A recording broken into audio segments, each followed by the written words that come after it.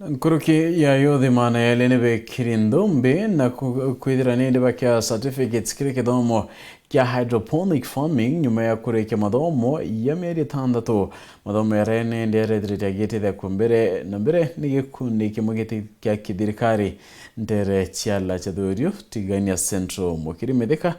na NKURUKI Rwanda rwatiani rwethirite rwikuyira thano NKURUKI ya miaka 3 nende untubura botiete akadi na kinyamara kinene kia mparago ntuku na kumania nontubu ikundi kimwe gitekia kithirikari TVT kiragenteretia la cia thaurio wandine ya thwana tigania West bawatanirite na Mirama University College amwe na GIZ ibawatanirite kweya na mauritani yore mibwa kinende boti utumira muumbura kananda wa kintu kiembethe to TVT na NKURUKI ya eke 12 na eke 12 tomba weka greenhouse ya kwe 70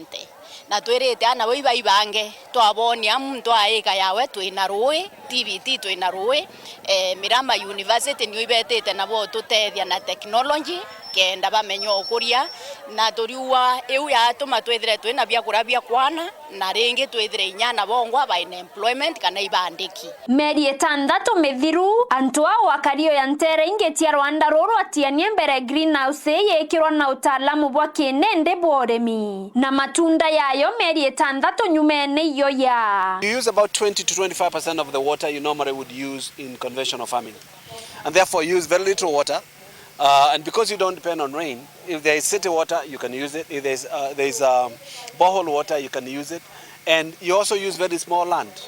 because of the high productivity. We also do what you call vertical farming. That means here I can come up this way and grow food up to maybe 10 or 15 feet up because I don't need soil. I just need the technology to allow me to do that. So we use less chemicals, we use less land, we don't depend on soil, we don't depend on rain,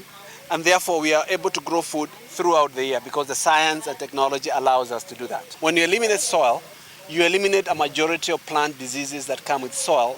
Therefore, we don't need a lot of chemicals to treat. We also do biofungicides and biopesticides. So we clean up the environment, we have safe food, and we also have plenty of food because you can grow food throughout the year. Arito NKURUKI mana ile barabarare kiratine kaitene kauka meri 6 ibamukirete certificate tiao kia thone kia graduation kiraye kucheleti anto na atongeria kuma ntere mwanya tukuwa na chance ya kuthoma